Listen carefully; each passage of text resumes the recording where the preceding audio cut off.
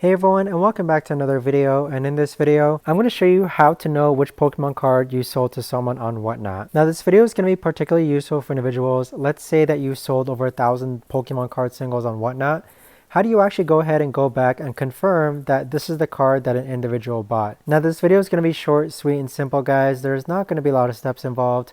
Now the way to actually do this is first you're going to click on Whatnot, and then on the bottom right hand corner you want to go ahead and click on Account. Next you want to click on Orders.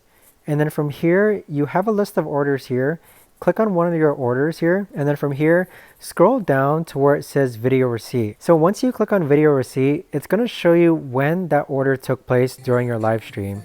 So you can see here that Pokemon card single number 5 basically refers to this card here. And this is when this individual actually bought this card. But that right there, guys, is the best and easiest way that I know of to actually go ahead and see which card you sold on Whatnot.